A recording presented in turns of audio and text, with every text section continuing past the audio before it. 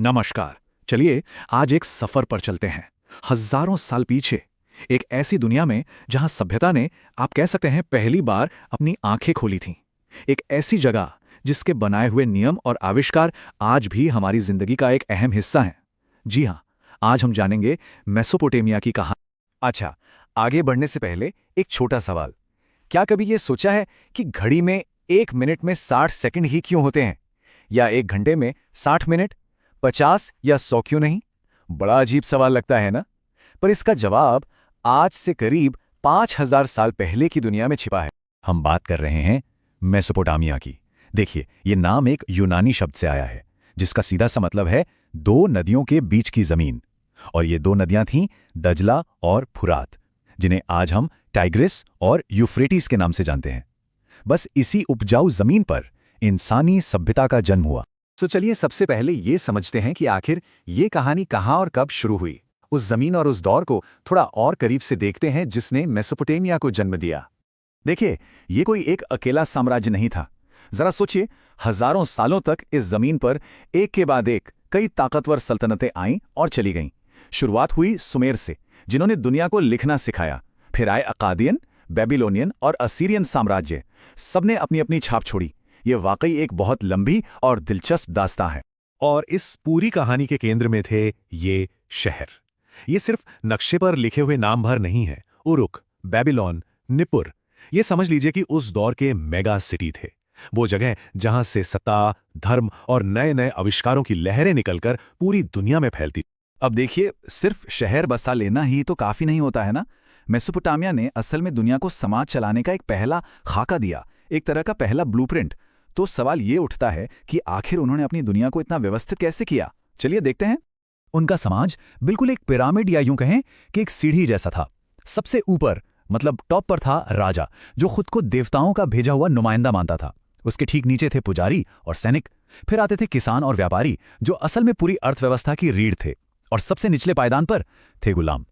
हर किसी की जगह एकदम तय थी। ये एक बहुत ही सख्त व्यवस्था थी।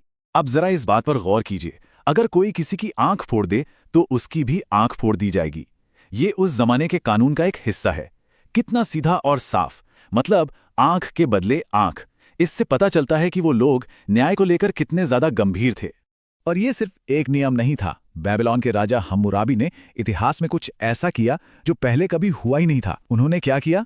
उन्होंने कानूनों को सिर्फ बोला नहीं, बल्कि एक बहुत बड़े पत्थर पर हमेशा के लिए लिखवा दिया। यही थी हम्मुराबी की संहिता, दुनिया का पहला लिखा हुआ कानून। इसका मतलब ये था कि अब न्याय राजा की मर्जी पर नहीं, बल्कि लिखे हुए पक्के नियमों के हिसाब से होगा। सोचिए, ये कितना बड़ा एक क्रांतिकारी बदलाव था। लेकिन रुकिए, मेसोपोटामिया की देन सिर्फ कानून तक ही नहीं थी। अरे, उन्होंने तो दुनिया को कुछ ऐसे आविष्कार दिए जिन्होंने हमारी जिंदगी का नक्शा ही हमेशा के लिए बदल कर रख दिया। जरा कल्पना कीजिए, एक ऐसी दुनिया की जहां कुछ भी लिखा नहीं जा सकता था। कोई किताब नहीं, कोई खत नहीं। सुमेर के लोगों ने इसी दुनिया को बदला। उन्होंने क्यूनिफॉर्म लिपि का आविष्कार किया। ये गीली मिट्टी की पट्टियों पर एक नुकीली चीज से लिखी जाती थी। ये दुनिया की पहली पहली लेखन प्रणाली थी। इसी की वजह से इतिहास, व्यापार और कहानियों को पहली बार दर्ज करना मुमकिन हो पाया। अच्छा, अब वापस आते हैं हमारे सबसे पहले सवाल पर। याद है, घड़ी वाला सवाल। उसका जवाब इस नंबर में छिपा है, 60। ये संख्या मेसोपोटामिया की सबसे मजबूत और स्थायी विरासतों में से एक है। ऐसा क्यों? क्योंकि उनकी जो गणित की प्रणाली थी वो 10 पे नहीं बल्कि 60 पर आधारित थी। कमाल की बात है ना। और इसी वजह से आज भी हम समय को 60 सेकंड और 60 मिनट में मापते हैं और एक गोले में 360 डिग्री गिनते हैं। तो अगली बार जब भी कोई घड़ी पर नजर डाले तो मेसोपोटामिया की हजारों साल पुरानी विरासत जरूर याद आएगी। पर लिस्ट यहीं खत्म नहीं होती। अरे पहिया, जिसकी वजह से दुनिया चल पड़ी। खेती के एकदम नए तरीके, सिंचाई के लिए नहरें, जिनकी बदौलत बड़े बड़े शहर बस पाए। और हाँ, आसमान के तारों को देखकर भविष्य बताने वाला खगोल विज्ञान और हमारा राशि चक्र, ये सब भी मेसोपोटामिया की ही देन है। तो अब सवाल ये उठता है कि हजारों साल गुजर जाने के बाद इन सब चीजों का आज क्या मतलब है? मेसोपोटामिया की ये विरासत आज भी हमारे साथ कैसे जिंदा है? उनकी विरासत सिर्फ विज्ञान या आविष्कारों तक ही सीमित नहीं थी। उनकी कहानियों ने भी, आप मानेंगे नहीं, हजारों साल का सफर तय किया है। जैसे मेसोपोटामिया के गिलगमिश महाकाव्य में एक बहुत बड़ी बाढ़ की कहानी मिलती है।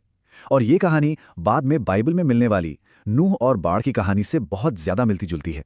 इससे ये पता चलता है कि उनके विचार और उनकी कथाएं कितनी ज्यादा प्रभावशाली थी। वो लोग सिर्फ आविष्कारक ही नहीं थे, बल्कि बहुत गहरे विचारक भी थे। सुमेर के लोग वही बुनियादी सवाल पूछ रहे थे जो आज भी हम सब पूछते हैं। हम कौन हैं? हम कहाँ हैं? हम यहाँ आए कैसे? तो अगर संक्षेप में कहें तो मेसोपोटामिया ने ही हमारी आज की आधुनिक सभ्यता की नींव रखी थी। उन्होंने ही कानून, विज्ञान और शासन का वो पहला ढांचा तैयार किया जिस पर बाद की सभी महान सभ्यताओं ने अपनी अपनी शानदार इमारतें खड़ी की। और ये सब कुछ हमें एक बहुत बड़े सवाल पर लाकर छोड़ देता है कि अगर मेसोपोटामिया कभी होता ही नहीं तो आज की ये दुनिया कैसी होती? क्या हमारे पास पहिया होता? क्या हम समय को इसी तरह से माप रहे होते? वाकई ये एक सोचने वाली बात